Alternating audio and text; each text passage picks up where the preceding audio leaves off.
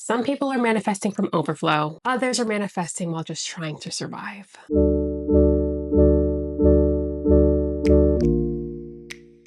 Hey family, and welcome back to Vibe Check. I have been thinking a lot lately about what we call manifestation and who actually has access to it. Manifestation is powerful, but it is not always accessible. And what a lot of people call manifestation might actually just be privilege. When we ignore the role that privilege plays in who gets to call in their dream life and who's just trying to stay afloat, we turn a sacred practice into a spiritual performance. Now, let me be clear. This is not about shaming anyone. I'm not saying manifestation doesn't work. I use it. I believe in it. I have shared tips about manifestation right here on this channel. But I also believe in nuance, and I also believe in telling the truth. Today, we're asking ourselves, is it manifestation or is it a system set up in your favor? Because not everybody has the same access to ease, safety, or opportunity. And when spiritual spaces pretends that we do, not only do we lose the depth, but we lose the justice of what manifestation could really be. But when we reframe manifestation through the lens of justice and through the lens of reverence and self-trust, we unlock something deeper that can actually free us. Let's start with the cultural moment that we're in. Manifestation, at least the way that it's talked about online, has become a performance like much of what we've seen on social media. I manifested my dream partner. I manifested 6 figures. I manifested my dream home. And maybe they did. But also, it is much easier to manifest those things when you're not also navigating systemic racism, when you're not also navigating intergenerational trauma or food insecurity or transphobia or housing instability. In other words, some people are manifesting from overflow while others are manifesting while just trying to survive. When we pretend that the ability to manifest is the same for everyone, we erase the deeper story. I feel like we saw this aesthetic version of manifestation during the That Girl era on social media when our feeds were filled with Pinterest boards on TikTok and influencers scripting their lives to lo-fi beats. And it's brought us into a time when manifestation has been stripped from its roots and repackaged through a colonial lens. Practices like hoodoo and Ifa and Vedic ritual and ancestral offerings that have roots held in indigenous and African and South Asian and diasporic traditions, they taught us that manifestation was never about control or personal gain. Manifestation was about relationship, ceremony, devotion, alignment with the land, and spirit and lineage. Manifestation wasn't something you hacked. It was something that you honored. But capitalism doesn't want reverence. Capitalism wants results. And so we're told to manifest the house, the bag, the partner without context, without ancestry, and without soul.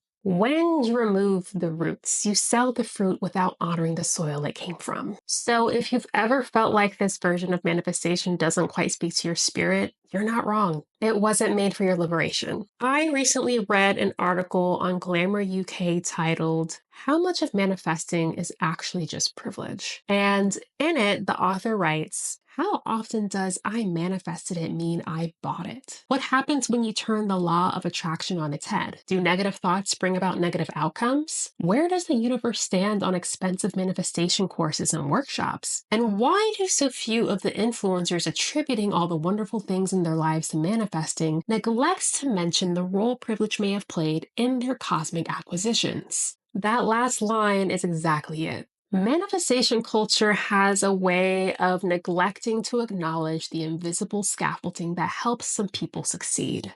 And when we ignore that scaffolding, when we pretend we all start at the same point, we end up reinforcing the very systems these practices were meant to liberate us from. This is where it gets tricky. Because the same voices promoting manifestation also often promote toxic positivity. You may hear them say things like, if you're struggling, you must be out of alignment. You just need to think better thoughts. That framework assumes we all started at the same point. It erases oppression, it erases trauma, it erases nervous system dysregulation and real world limitations. And maybe you've heard something like this before. Maybe you've heard it in a podcast or read it in a caption where someone was like, you're not manifesting because you're vibrating too low. And I actually spoke about this in the last vibe check about good vibes only culture. What's worse is that it places the blame on us, and that's not just spiritually dishonest, but it's harmful. I'll be honest, this isn't just a theory for me. If you've been tuned into this channel, you know that I've been trying to manifest myself out of a very difficult season lately. It has brought up a lot, not just mindset questions, but questions around capacity. How do you call in ease when your body is in survival mode? When the systems around you weren't built for your thriving? In these past few years, it's become even clearer to me that not everyone gets to say, I manifested this from the same foundation. I'd love to know, what is something you called in? And what kind of support, access, or privilege helped make it possible? Because I have manifested so many beautiful things in my life. And yes, I was aligned. I was doing the energetic work, but I also had privileges that helped make that alignment possible, whether it was education or community or access or family support or just simply moments of stillness. So this isn't just about calling out spiritual bypassing. It's also about checking myself because integrity matters. And if I'm going to talk about manifestation, I want to talk about the whole picture, not just the Pinterest version, not just the version that lives on our IG feeds, but the whole layered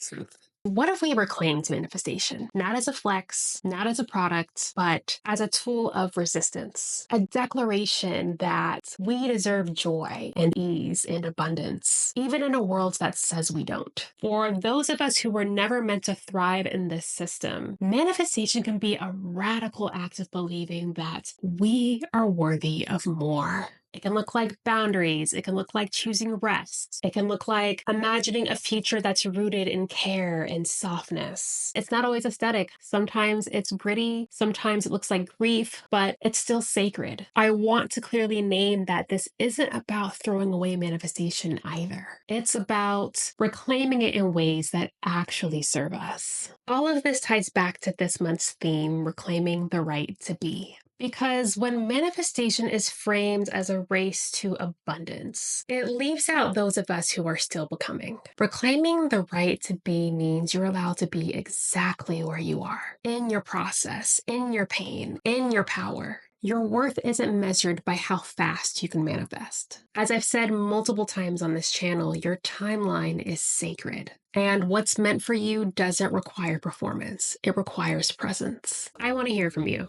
Have you ever felt shut out of manifestation culture? What does manifesting on your own terms look like? And what do you wish spiritual spaces understood about privilege and healing? Some of us are manifesting while healing. Some of us are manifesting while holding grief. But even here, especially here, your desires are still worthy and you're still allowed to want more. As always, take care of your energy, take care of your voice, and take care of your right to just be.